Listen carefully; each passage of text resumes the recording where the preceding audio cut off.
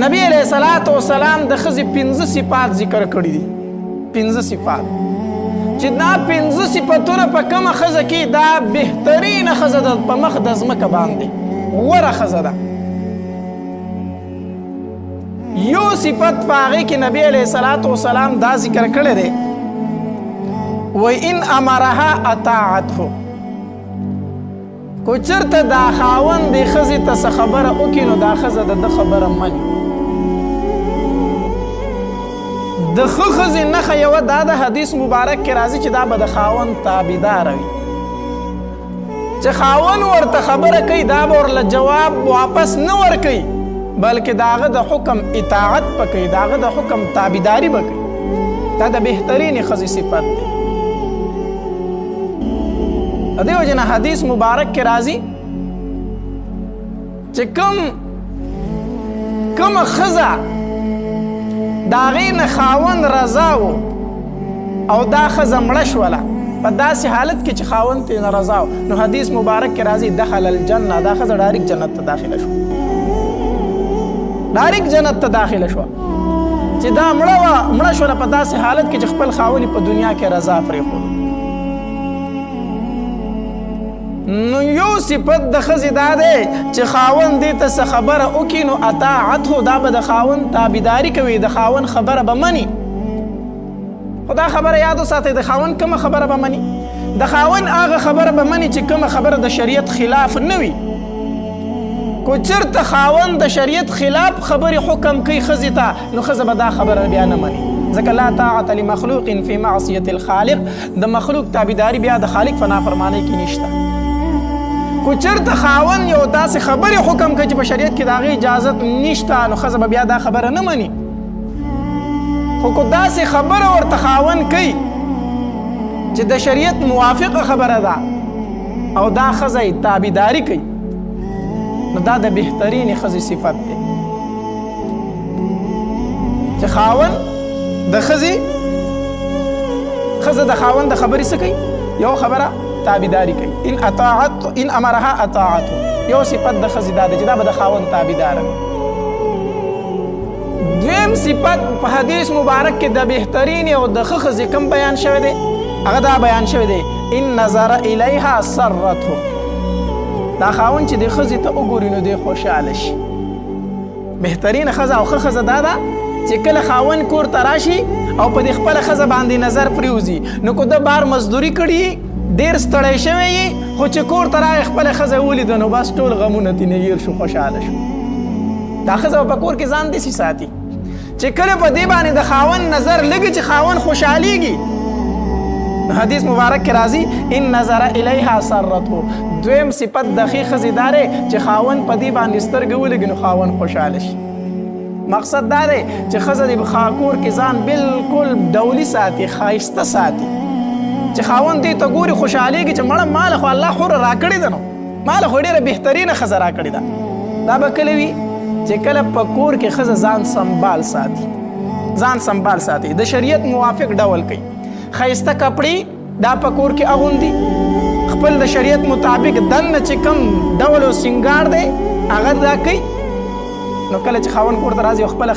ښځه صفا سوتره او ښکلې ښایسته یي خوشحالېږي به که نه. لیکن زمونږ خبره لږ الټه ده، ښځه به په کور کې داسې اوسي لکه د غوجلې موږې، داسې به خیرنه خیچنه اسخا پسخای په کور کې لکه یو مزدوره چې په کور کې پاتې کېږي داسې به وي. نو خاوند چې کور ته راشي نو هغې ته وګوري نو مړه وایي دا څه مصیبت دی، دا ښځه ده، ځکه چې هغه اسخا پسخای په کور کې. او چې کله د کور نه بار ته وځي نو ښایسته کپړې به واغوندي، سرخي به ووي، کریم پوډر به ومږي، میکاپونه به وکړي، ښایسته پیزار به پخپو کړي، نو چې بار ته ځي نو دا به ځان ښایسته کړي. کور کې به خیرنه خیچنه او بار ځان ښایسته کوي. نو مطلب دا دی چې پردو خلکو ته ځان ښایسته کوي او خپل خاوند ته څخه ګرځي. نو بیا ویره څه وظیفه راله راکړه چې زما سره مې خاوند مینه شروع کړي. دا په وظیفه ونه کېږي اوس.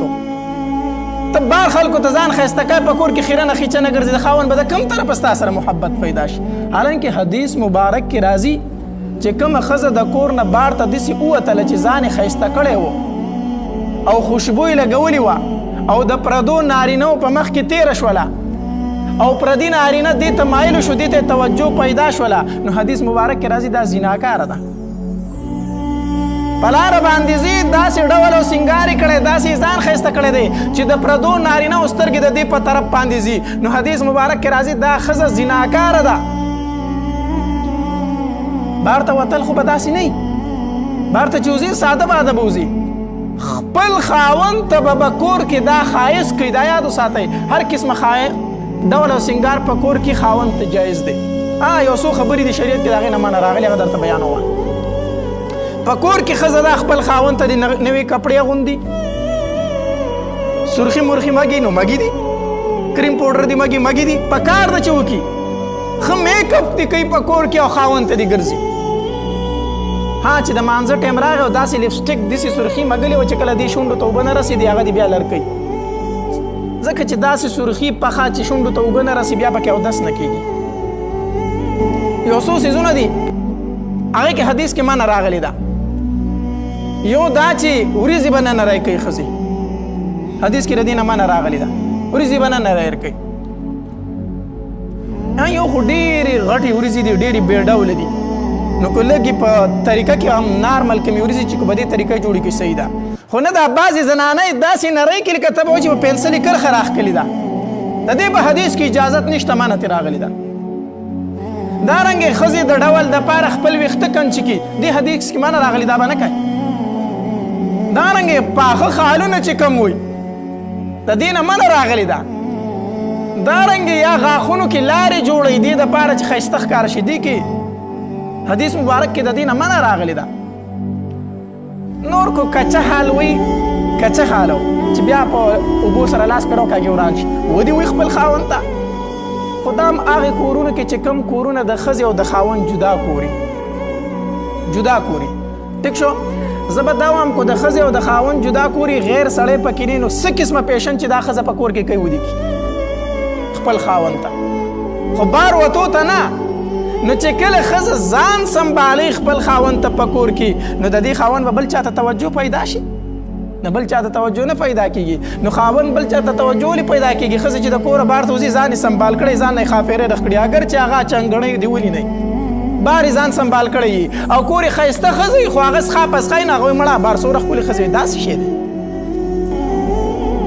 نو حدیث مبارک کې راځي ان نظر الیها سرته چې کله خاوند دې ښځې ته وګوري نو دا خاوند څه شي خوشحاله شي نو خوشحالېږي به کله چې کله دې کور ته راشي د مزدورۍ نه ښځه ورته په ډکه خوله او په خندا باندې خیرالي ووایي دا نه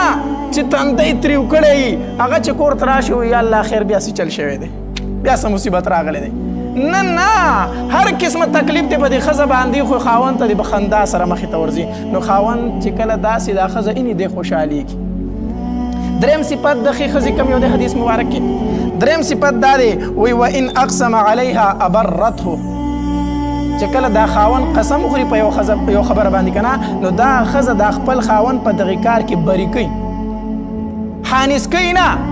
په قسم کې حانس کوي نه بلکې دی په دې قسم کې بری کوي مثال په طور خاوند په غوسه کې وي چې یاره قسم دی نن به ته د کوره بار ته نه وځي یاره ته به پلان کو که نه ځې نن قسم یې وخوړو نو ښه ښځه دا ده چې دا و چې یاره زما د خاوند قسم خوړلی دی چې هسې نه دی په دې خپل قسم کې حانس شي نن به زه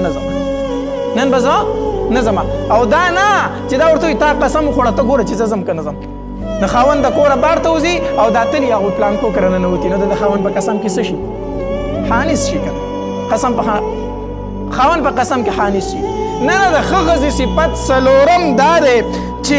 دریم صفتو چې کله دی په یو خبره باندې قسم وخوري نو دا ښځه په قسم کې بری کوي حانس کوي نه د دې وجې نه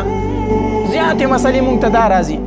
اکثر خاوند په غوسه کې راشي ویاره کو ته د پلانکو کره لاړې ته به طلاق وایي ته به صحیح اول خو د خاوند له پکار په سوچ کول پکار دی چې داسې الفاظ ولې وایي ولې وکړی دا کار دا خو د سخته غلطي وکړه نو یو بل د خاوند غلطي وکړي نو د هغې د پاسه غلطي بیا ښځه کوي چې هغه داسې وویل نو ته اوس ولې ځي چې کو هغه وي ته لاړې نو ته به طلاق کوي نو یو غلطي خاوند وکړي نو دویمه غلطي پسې ښځه وکړي وایي زه به ځمه نو خاوند چې د کور وځي ښځه لاړه شي نو بیا مونږ ته چې دواړه په سوچ کې راشي یاره وایي داسې چل شوی وسې چل شوی دی څه چل شوی خو تاسو طلاق هغې کړی مونږ پکې څه چل وکړو نو نه د ښځې دریم ښه صفت دا دی چې وان اقسم علیها ابرته کو دا خاوند قسم وکړي نو دا ښځه په قسم کې څه کوي بری کوي خانس کوي خپل خاوند نه څلورم صفت وان غاب عنها نصحته في نفسها ومالها حدیث مبارک کې راځي چې څلورم صفت د ښې ښځې دا دی چې کله د دې نه خاوند غایب شي نو دا د خاوند د مال هم خیر خواهي لټوي او د خپل ځان هم خیر خواهي کوي څه معنا د خاوند سره خیانت نه کوي نه د هغه په مال کې او نه د هغه په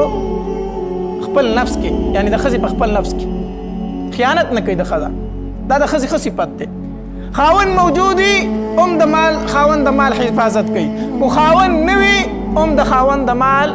حفاظت کوي کو موجود وي او کو نه وي کو خاوند وي هم دا ښځه د ځان حفاظت کوي کو خاوند نه وي مسافرۍ له تللی بیا هم دا ښځه د خپل ځان حفاظت کوي بلکې بیا به د ځان ډېر حفاظت کوي خاوند موجود دی د هغه په موجودګۍ کې هم د خپل ځان حفاظت کوي خو کو خاوند نشته نو بیا د خپل ځان ښه حفاظت پکار دی هسې نه چې د هغه په عزت کې چېرته خیانت رانشي نو دا د ښځې ښه صفت دی او پنځم صفت د ښځې ښه دا دی نبي علیه الصلاة والسلام فرمایي وایي ښه ښځه دا ده چې د خپل خاوند تعاون وکړي د دین په کارونو کې ټیک شو دا د ښځې ښه صفت دی پنځم صفت دا دی خاوند مانځه له سهار پاڅوي دی نه پاسي په زور یې پاڅوي شا په مانځه له لاړ شه مونځ نه کوي ښځه په دې مجبوره کوي ځان ترې نه خفه کوي چې ته مونځ ولې نه کوې ټیک شو دغرنګې د دین په کارونو کې د خاوند حفاظت وکړي ته د تعاون وکړي ته زه کور نه د دین په کار کې وځه ستا د کور ذمواره زه یم ته هېڅ غم مه کوه ته هېڅ غم مه کوه چې خپل خاوند په روژه باندې په مونځ باندې په نیکو کارونو باندې دا ښځه مجبوره کړي نو دا بهترینه ښځه ده کله چې دا پنځه خبرې په کومه ښځه کې موجود وي کومې یو دا چې د خاوند تابعداري کوي دویم دا چې خاوند دې ته ګوري خوشحالیږي دریم دا چې خاوند قسم وکړي نو دا خاوند په قسم کې بری کوي څلورم دا چې خاوند کو وي او کو نه وي دا د خپل ځان او د خاوند د مال حفاظت کوي او پنځم دا چې د خاوند په دین په کارونو کې تعاون کوي چې کله ښځه داسې موجود وه نو بیا یاد وساته د ښځې غم د خاوند غم د ښځې خوشحالي د خاوند خوشحالي غم به یو وي برداشت کوونکي به بیا څو وي دوه وي خوشحالي به یو وي خندېدونکي به بیا څو وي دوه وي ټیک شو که نه بیا د ښځې غم د خاوند غم د ښځې خوشحالي د خاوند خوشحالي او د هغې مصیبت د خاوند مصیبت بیا به داسې کور جوړ